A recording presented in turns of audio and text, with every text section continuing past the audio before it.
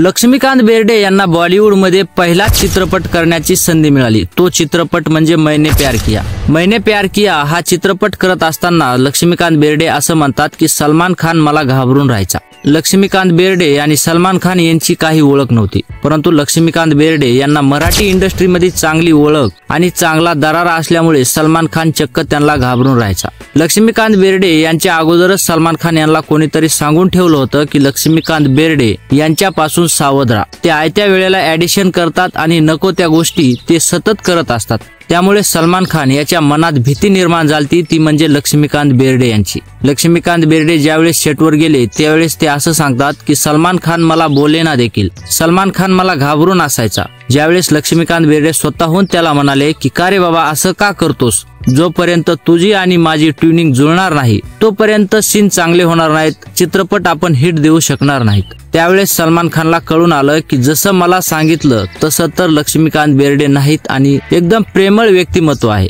तर सलमान खानच्या मनात ही भीती होती, परंतु ती भीती लक्ष्मीकांत बेर्डे यांनी स्वतः नष्ट केली। म्हणूनच लक्ष्मीकांत बेर्डे हे महाराष्ट्राच्या कानाकोपऱ्यात रुजू झालेला एक कलाकार आहे। तर लक्ष्मीकांत बेर्डे आणि सलमान खान विषयी तुमची प्रतिक्रिया आम्हाला कमेंट बॉक्समध्ये नक्की कळवा। भेटूयात पुढच्या व्हिडिओमध्ये, तोपर्यंत जय महाराष्ट्र।